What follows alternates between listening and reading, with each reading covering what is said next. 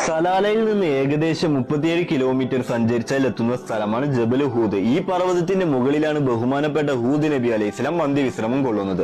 നൂഹ് നബിയുടെ പിൻഗാമികളിൽപ്പെട്ട ഒരു സമൂഹമാണ് ആദ് സമുദായം. ആ സമുദായത്തിലേക്ക് അയച്ച പ്രവാചകനായിരുന്നു ഹൂദ് നബി അലൈഹിസ്സലാം. കെട്ടിട നിർമ്മാണം കൊണ്ടും ശില്പി കലാവിരുദ്ധ കൊണ്ടും വളരെ പ്രശസ്തമാണ് ആദ് സമുദായം.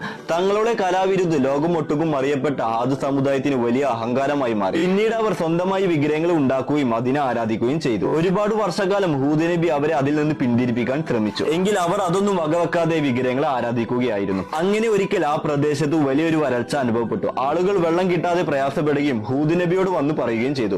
ഹൂദ് നബി പറഞ്ഞു, നിങ്ങൾ അള്ളാഹുവിനെ മാത്രം ആരാധിക്കുക. പക്ഷെ അവർ അതൊന്നും കേൾക്കാതെ വിഗ്രഹങ്ങളെ ആരാധിക്കുകയായിരുന്നു. അങ്ങനെ അള്ളാഹുവിന്റെ കൽപ്പന പ്രകാരം ഹൂദ് നബിയും വിശ്വസിച്ച ആളുകളും അവിടെ നിന്നും മാറി നിന്നു. 7 രാത്രിയും 8 പകല് വരുന്ന വലിയൊരു കൊടുങ്കാറ്റ് വരികയും അള്ളാഹുവിന്റെ ശിക്ഷ വന്ന ആ സമുദായം ഇല്ലാതെയാവുകയായിരുന്നു. ഇതുപോലുള്ള വീഡിയോകൾ ദിവസം ലഭിക്കാൻ നമ്മുടെ ഇൻസ്റ്റാഗ്രാമും അതുപോലെ തന്നെ യൂട്യൂബ്